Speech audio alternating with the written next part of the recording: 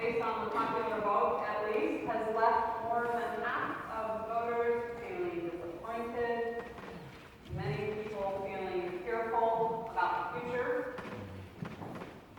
I articulated some of those fears in my pastoral letter on Wednesday. If you didn't receive it by email, that probably means you don't have your email address, and you can leave it for us in that black pad that's in the pews, and we can update our records. It's on the church website and on the Facebook page. There are things that we are afraid of, things that people in this congregation are afraid of. Before the election, there were also other people feeling fearful about the future, afraid that they would lose their jobs because of increased manufacturing in the United States. People that were afraid that they would lose power if women or people of color gained power. People that were afraid that they would lose the right to exercise their Christian faith if the government didn't defend it. I'm not defending those fears, but I can hear them. And frankly, those fears are what triumphed on Tuesday with the election of Donald Trump as our next president. The truth is, there is fear on every side right now. Some of those fears are well-founded,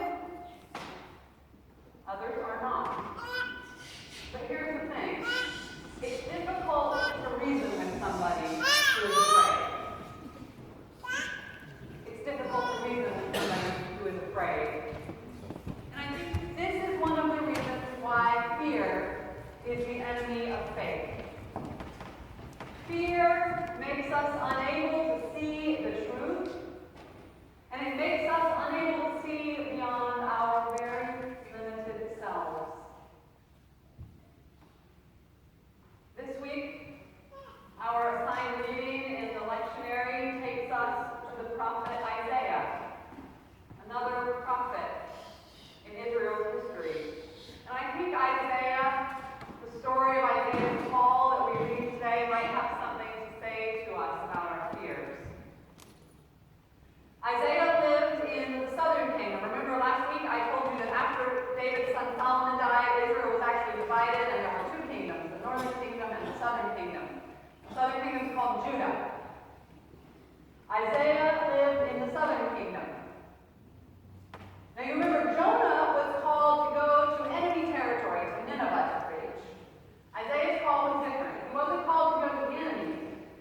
Isaiah was called to preach to his own people, to preach in Judah. The situation in Judah was something of a mixed bag. Isaiah comes on the scene just after the death of King Uzziah. Uzziah had been king for like 50 years.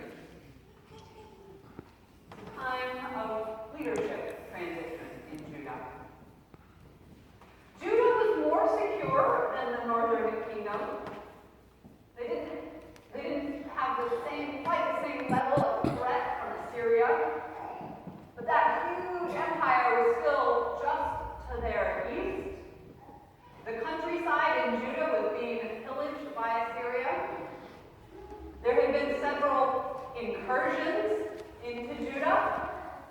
There was even an attack on Jerusalem. But the city did not fall. Jerusalem remained secure. And they even took in refugees from the surrounding countryside. So when the small little towns around Judah were under attack, the refugees would come to Jerusalem, the walled city, seeking protection. But the outside Assyrian threat is not the only problem for Judah.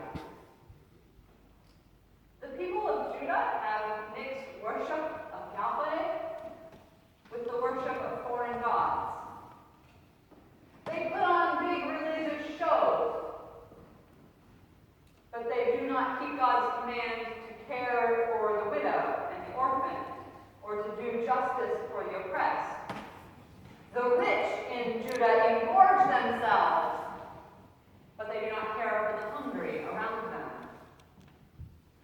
guilty can bribe their way to freedom, but the innocent poor don't have any rights. But the people of Judah are so afraid of that outside Assyrian threat, those enemies to the north and the east, that they cannot see the things that they are doing to destroy themselves. They are blinded by their fear of an outside enemy, and they cannot see the things they are doing to harm themselves. I do not think it is a stretch to draw parallels between Judah's situation and the situation in 21st century America. We are in a time of leadership transition. Thankfully, we survive leadership transitions almost every 4 years. Makes us a little different. Destruction is by no means imminent for us like it was for Judah at the end of Assyria, but there are outside forces that threaten our security and our prosperity. We have not forgotten the terrorism of September 11th and the many smaller incidents of terrorism here and around the world. Just last night, the nightclub in Paris marked the 1-year anniversary since an attack there. We are afraid of so-called homegrown terrorism. A bigger threat to some seems to be the forces of globalization and the global economy that have brought jobs to some parts of the world. Some people feel at the expense of American jobs, or at least a certain kind of American jobs. There are people in our country who have seen their standard of living stagnate or even decline in the past 20 years.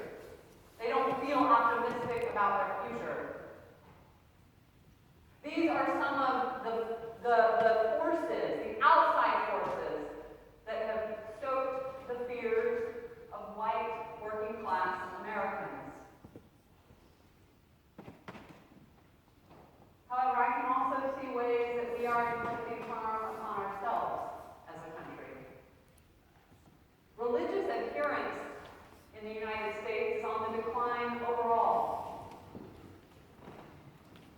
Churches are resorting to marketing and showmanship instead of calling people to a life of discipleship. Our souls are thirsty, and we do not nourish them well.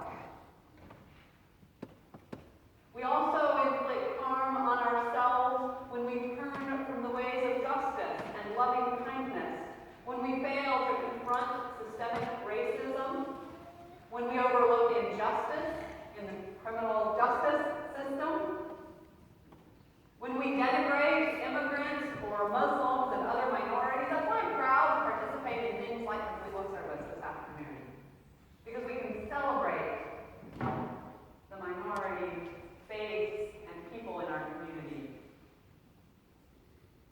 We hurt ourselves when we undermine social supports for those who are poor or mentally ill or disabled or addicted.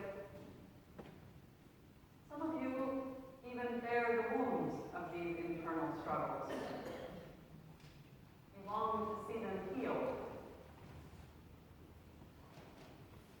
In the call of the prophet Isaiah, we get a glimpse of a God who can heal our wounds and alleviate our fears. Isaiah is invited into the visionary throne room of God, and he witnesses the Lord sitting high and lofty on his throne, flanked by seraphim and just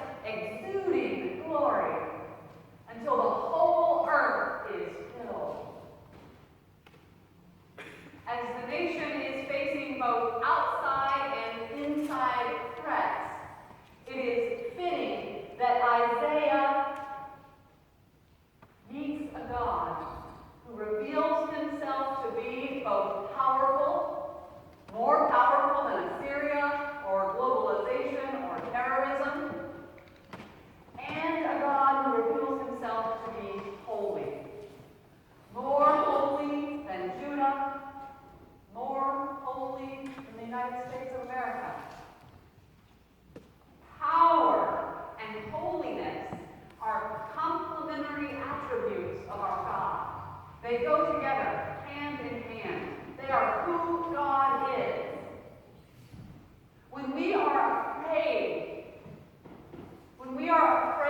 we must remember that our God is more powerful than our enemies. Our God is more powerful than our enemies. And when we are participants in, or even victims of injustice, of sin, we must remember that our God is righteous. And God calls us and our society to be righteous. Standing before a powerful and a holy God enables Isaiah to see his own inadequacy. I am a man of unclean lips, he says, and to see the sin and the inadequacy of Judah. I come from a people of unclean lips. But Isaiah also experiences the grace of God who purifies him. Your guilt has departed from you, God says, and your sin is blotted out. Now, after he has encountered God and received God's grace, now Isaiah is prepared to answer the question, whom shall I send and who will go for us? Here I am, he answers. Send me.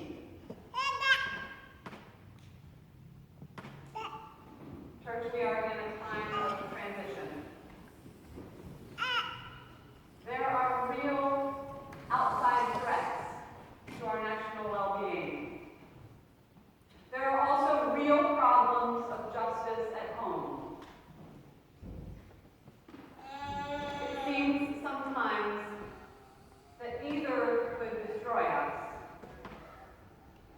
But we worship a God who is more powerful than our adversaries and who is far more righteous than we are. You, like Isaiah, are invited to encounter that God. You are invited to be awed by one so immense and so pure. You are invited to recognize your own weakness and to submit to the grace of being free from sin and guilt. But I remind you that you should not skip that encounter with God. Sometimes we want to rush to action. We see things happening in the world around us. We want to hurry up and do something about it. Do not skip the encounter with God.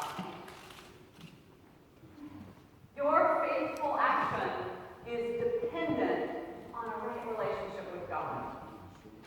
Without understanding God's power, we will find ourselves motivated by fear, or maybe even driven by a hunger to have power for ourselves. And if we don't recognize God's holiness, if we don't experience God's holiness, we'll find ourselves full of self-righteous pride. We won't be able to see our own flaws, and we won't be able to listen to our neighbors. We need to encounter God so that we are not blinded by our fears. I see two roles for a church and for Christ followers who have encountered a powerful and righteous God. First, I think the church within the United States can play the role of Jerusalem in Judah. Remember that Jerusalem, despite her failing, she wasn't a perfect city. She was a place of respite and of safety for those whose lives were being upended by